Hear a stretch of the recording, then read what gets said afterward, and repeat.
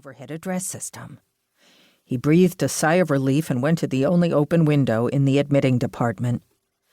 The woman didn't look up at him as he sat down opposite her on the other side of the shield. "What's your wife's name?" "Oh, no, it's not my wife." The woman tore her eyes from her computer screen to look at him. "It's she's my boss's wife. He wasn't home when she went into labor." "Name?"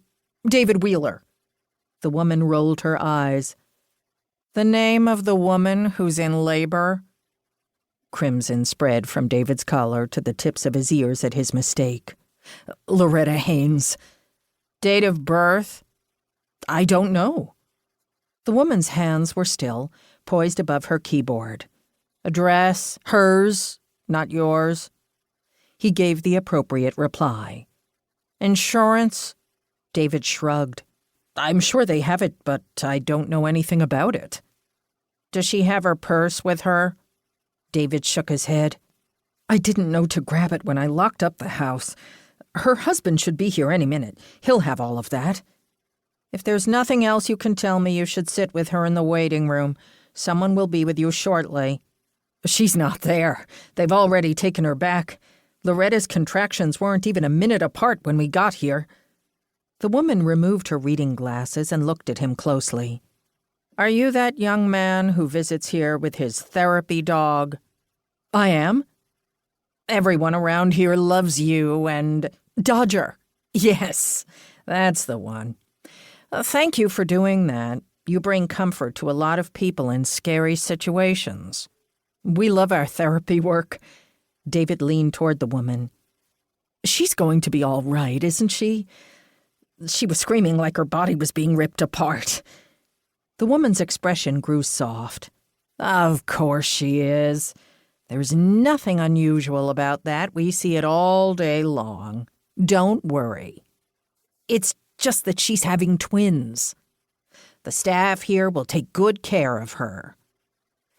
David was pushing back his chair to stand when he heard his name being called. He turned to see Frank Haynes striding toward him, with Marissa, Sean, and Nicole trailing behind. "Where is she?" Frank asked. The woman behind the window tapped on her keyboard and consulted her computer screen. "You're Loretta Haynes' husband." Frank nodded.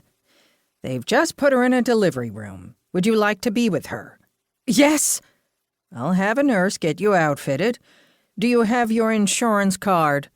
Frank shoved his hand in his pocket and withdrew his wallet. A nurse came up to the woman, and they exchanged a few words. "Give your card to this young man," the woman said. "He can finish the paperwork. The nurse will take you back." David took Frank's wallet from his shaking hand. "I'll handle the rest of this admission stuff and stay with the kids," David said, gesturing toward Loretta's children. "Don't worry, Frank." Frank addressed his stepchildren. "Everything's going to be fine. I'll come out with news as soon as I can. David will be with you. If you need anything, ask him." He turned to the nurse, who was gesturing to him to follow her. The two set off into the interior of the hospital at a brisk pace. Chapter 2. Frank matched the nurse's long strides as they headed toward the delivery room. They were at the door when Frank heard a familiar voice moaning in pain. He stepped in front of the nurse and flung the door open.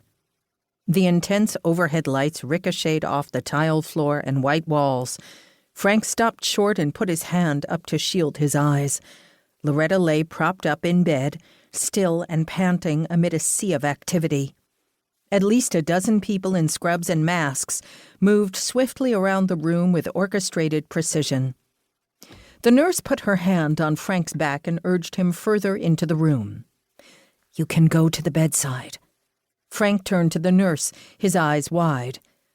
"Why are there so many people here?" "Each child has their own team. It's routine protocol. Double the babies, double the fun. Nothing to worry about."